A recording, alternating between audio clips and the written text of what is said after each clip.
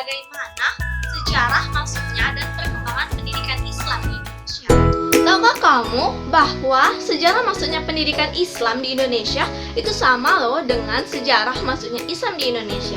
Dan informasi ini sudah lama diterima oleh orang Venesia atau orang Italia yang bernama Marco Polo.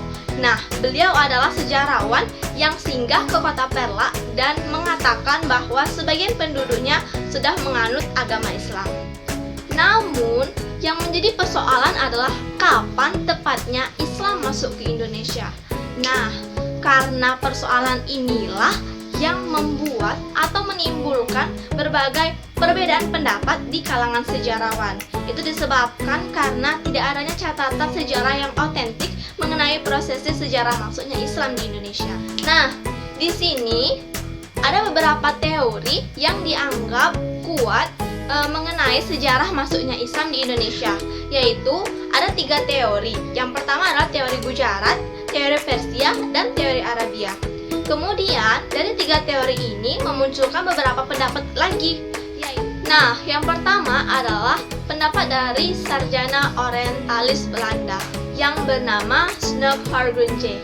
Ia mengatakan bahwa Islam datang ke Indonesia yaitu pada abad ke-13 Masehi dari Gujarat. Dengan bukti yang ditemukannya adalah makam pertama sultan yang beragama Islam, yaitu Sultan Malik As-Soleh, yang dikatakan berasal dari Gujarat. Kemudian pendapat yang kedua adalah pendapat dari sarjana muslim, diantaranya adalah Profesor Hamka.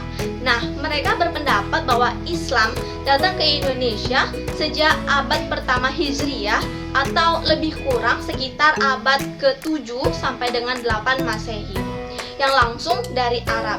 Hal itu dibuktikan dengan adanya jalur pelayaran yang sudah ramai dan bersifat internasional melalui Selat Malaka.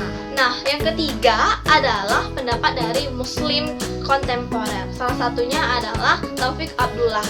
Mereka mengkompromikan kedua pendapat yang tadi dengan mengatakan bahwa memang benar Islam sudah datang ke Indonesia sejak abad ke-7 Masehi. Tetapi itu baru dianut oleh orang Timur Tengah di pelabuhan-pelabuhan. Kemudian barulah dianut atau berkembang semakin pesat dan mempunyai kekuatan politik sejak abad ke-13 Masehi. Hal itu ditandai dengan berdirinya kerajaan Samudra Pasai. Selain itu, penyebaran Islam di Nusantara pada saat itu dilakukan oleh pedagang muslim kepada penduduk setempat melalui kontak dagang, seperti melalui perdagangan, perkawinan, tasawuf, pendidikan, kesenian, dan politik. Di samping itu, penyebaran Islam dikatakan sangat efektif dengan kekuasaan para penguasa yang masuk ke dalam ajaran Islam. Nah, dengan masuknya penguasa dalam menganut ajaran Islam, maka secara otomatis rakyatnya pun akan terikut. Hal itu juga tidak menutup kemungkinan kerajaan-kerajaan lain pun akan mengikutinya, seperti yang terjadi di Kerajaan Malaka pada saat itu. Kemudian, faktor penting yang mendorong proses Islamisasi di Nusantara yaitu yang pertama adalah portabilitas sistem keimanan Islam. Sistem keimanan yang siap pakai dan dapat digunakan dimanapun sehingga sesuai dengan pemeluk yang dinamis. Hal ini berbeda dengan sistem kepercayaan lokal yang berpusat pada penyembahan arwah nenek moyang. Yang kedua yaitu introduksi kebudayaan peradaban literasi yang relatif universal. Nah, introduksi ini berhasil membangun semangat nasionalisme dan intelektualisme. Bukan hanya berada di kalangan kerajaan atau keraton, melainkan juga berada di kalangan rakyat biasa. Kemudian, proses penyebaran yang dilakukan oleh dai-dai memberikan hasil yang positif, sehingga mencontohkan perilaku, sikap dalam kehidupan sehari-hari. Hal itulah yang dikembangkan mulai dari rumah-rumah, surau, kemudian ke masjid, hingga berkembang sampai sekarang menjadi pondok pesantren. Nah, jika kita tadi sudah membahas mengenai sejarahnya, kemudian kita membahas mengenai perkembangan pendidikan Islam di Indonesia. Nah, yang pertama adalah pendidikan pada zaman kerajaan Islam. Jadi berdasarkan kunjungan Ibnu Battuta pada tahun 1354 Masehi, Kerajaan Samudra Pasai merupakan tempat studi Islam tertua di Nusantara. Hal itu karena pada saat itu rajanya menggalakkan kegiatan-kegiatan agama yang dapat dilakukan di surau, masjid, kerajaan, atau dimanapun. Nah, dari sinilah munculnya lembaga pendidikan Islam. Kemudian, pendidikan agama Islam ini mulai berkembang pesat hingga akhirnya berfungsi sebagai pusat pendidikan Islam di Asia Tenggara. Selain itu, Kerajaan Aceh dan Malaka juga berfungsi sebagai pusat pendidikan Islam di Asia Tenggara. Sistem pendidikan pada zaman itu adalah melalui sistem individu dan kelompok, dengan para ulamanya mengartikan bahasa Arab dengan menggunakan bahasa Melayu.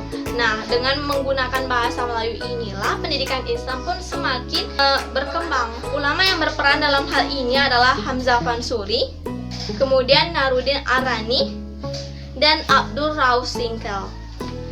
Nah, di Jawa sendiri, pesantren sudah lama dikenal dengan sebagai lembaga pendidikan Hindu. Namun, setelah Islam masuk, maka lembaga tersebut berganti menjadi lembaga pendidikan Islam yang didirikan oleh penyiar agama Islam.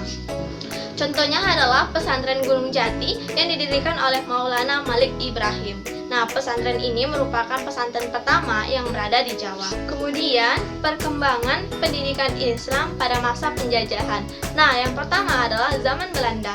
Penaklukan bangsa Barat oleh Indonesia dimulai dalam bidang perdagangan dan kekuatan militer.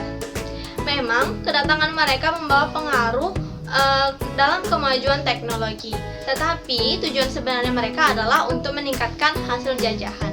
Tidak ada hal yang baru yang mereka ajarkan mengenai perkembangan pendidikan, melainkan westernisasi dan kristenisasilah yang mereka kenalkan. Awal mulanya, Belanda membiarkan pendidikan Islam di Indonesia, tetapi lambat laun Belanda mulai sedikit demi sedikit mengubah pendidikan Islam. Belanda mulai melumpuhkan pengaruh dari Islam itu sendiri, mulai dari daerah jajahannya seperti Yogyakarta dan Surakarta. Namun hal itu mendapatkan perlawanan oleh orang-orang di Penogoro. Tetapi Belanda dapat menaklukkannya. Kemudian Belanda juga berusaha menaklukkan organisasi-organisasi Islam, wakaf, zakat, dan iuran pendidikan pun dihapuskan. Bahkan Belanda juga mengharuskan mendirikan sekolah-sekolah Kristen di setiap daerahnya. Nah, karena usaha-usaha yang dilakukan Belanda inilah membuat pendidikan Islam semakin mengalami kemunduran dan terdesak oleh pendidikan Barat. Nah, hal itu terbukti pada tahun 1900 Masehi. Ini merupakan puncak kemunduran dari pendidikan Islam itu sendiri. Belanda mengeluarkan peraturan bahwa kiai-kiai tidak diperbolehkan untuk mengajarkan pendidikan Islam itu sendiri. Nah, peraturan ini muncul karena munculnya organisasi-organisasi Muslim di Indonesia seperti Muhammadiyah, Syarikat Islam, Al-Irsyad, dan Nadatul Watan. Nah, jika kita lihat dari usaha-usaha yang dilakukan oleh Belanda tadi, maka tidak menutup kemungkinan bahwa Islam akan mengalami kemunduran dan seolah-olah Islam lumpuh akan peraturan itu semua. Tapi hal itu makin berbanding sebalik. Itu kenapa? Hal itu disebabkan karena pada tahun 1191 Belanda melakukan politik etis, yaitu dengan membangun pendidikan-pendidikan untuk rakyat pribumi di beberapa daerah.